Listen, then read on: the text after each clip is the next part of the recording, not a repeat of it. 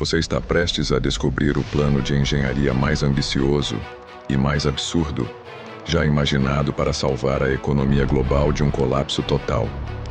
Um projeto que envolveria mover montanhas, literalmente, para garantir que o mundo não pare de funcionar.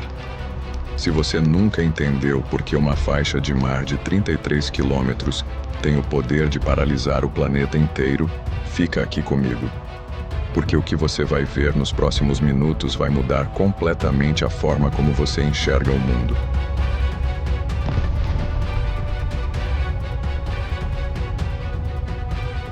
Bora! O gargalo que decide o destino do mundo. Existe um trecho de mar tão estreito que você poderia atravessá-lo de carro em menos de 20 minutos. 33 quilômetros de água salgada entre o Irã de um lado e os Emirados Árabes do outro. Parece insignificante no mapa, uma linha fina entre dois pedaços de deserto. Mas por esse corredor passa todos os dias cerca de 20% de todo o petróleo consumido no planeta Terra. Estamos falando do Estreito de Hormuz, e hoje ele está fechado.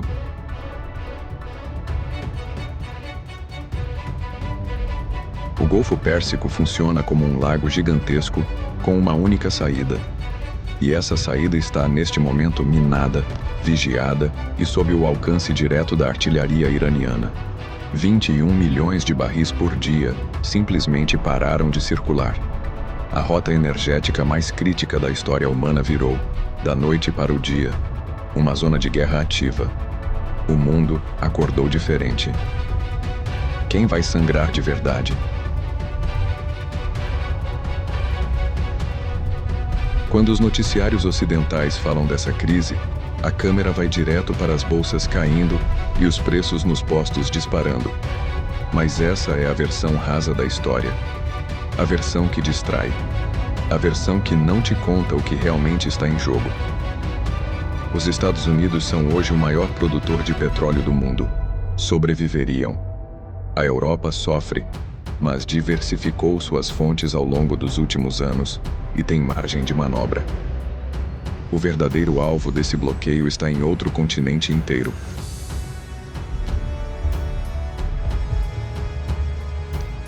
Mais de 80% do petróleo que sai por Hormuz vai direto para a Ásia. A China importa cerca de 70% de tudo que consome, e quase metade vem do Golfo Pérsico. As reservas de Pequim são segredo de Estado, mas especialistas estimam entre 90 e 120 dias de autonomia. Japão e Coreia do Sul, nações paranoicas e extremamente preparadas, mantêm entre 150 e 200 dias em estoque, fruto de décadas de planejamento estratégico. Mas existe um elo fraco nessa corrente.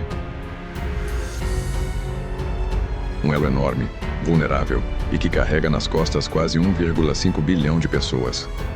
A Índia, a nação mais populosa da Terra, cuja economia devora energia em ritmo frenético, depende em 85% das importações.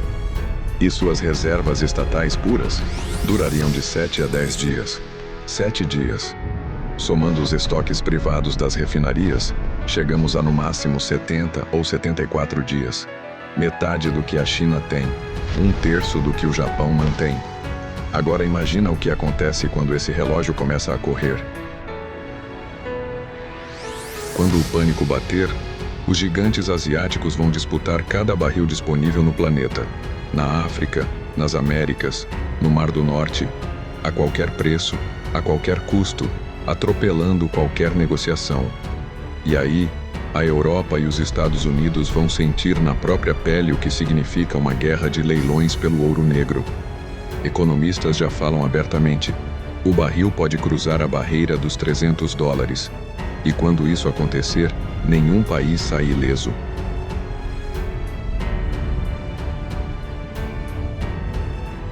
É exatamente nesse cenário de desespero que voltou a circular nos bastidores da geopolítica mundial uma ideia que parece saída de um roteiro de ficção científica. Uma proposta tão radical que a maioria dos especialistas descarta com uma risada, até olhar os números de perto. E se a gente simplesmente criasse um novo mar?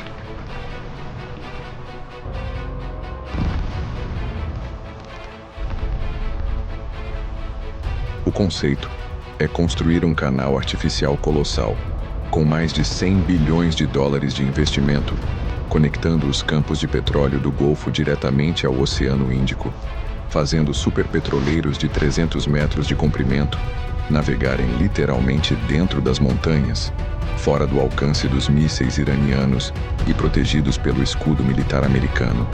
Uma obra que reescreveria a geografia do planeta. O problema é que a geografia já tem sua própria opinião sobre isso.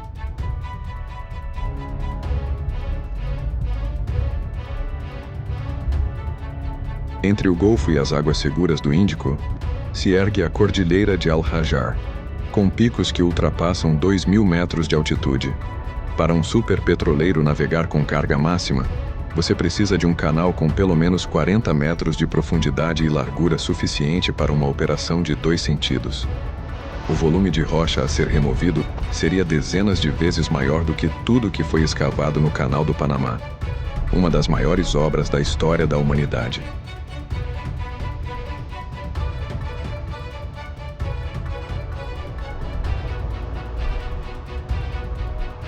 E no mundo moderno, uma estrutura assim seria imóvel, visível do espaço e completamente indefensável contra drones e mísseis de longo alcance.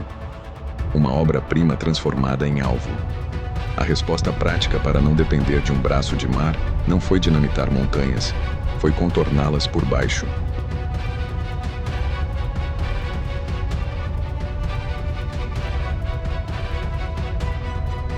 Os Emirados Árabes Unidos já construíram o oleoduto Habshan Fujairah, 380 quilômetros de tubos de aço que atravessam a cordilheira e despejam milhões de barris diretamente no Oceano Índico, completamente fora do Estreito de Hormuz.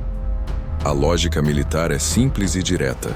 Se um míssil acertar um trecho do tubo, você isola, repara e retoma em semanas. Se um ataque destruir um mega canal de 100 bilhões de dólares, a obra vai para o lixo e leva décadas para ser reconstruída.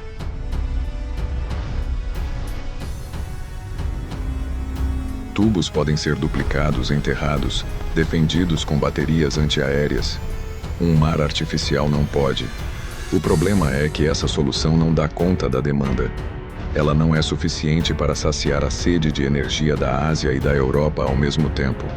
A rede de tubos faz o que pode, mas o buraco deixado pelo fechamento de Hormuz é simplesmente maior do que qualquer infraestrutura terrestre consegue tapar.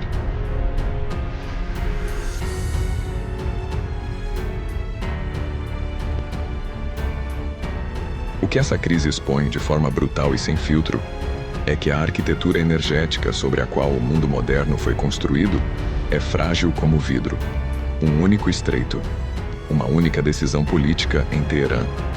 E trilhões de dólares evaporam em questão de horas, arrastando empregos, economias e estabilidade com eles.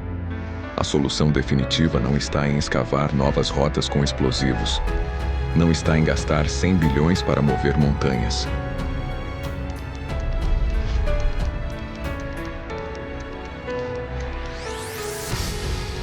A única saída real, a única que retira o mundo de vez desse tabuleiro, é acelerar o abandono do petróleo, para que nenhuma geração futura precise travar guerras, arriscar vidas e sacrificar economias inteiras por um pedaço de mar.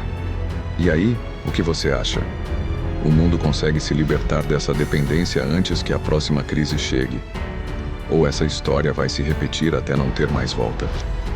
Me conta nos comentários, quero ler cada opinião.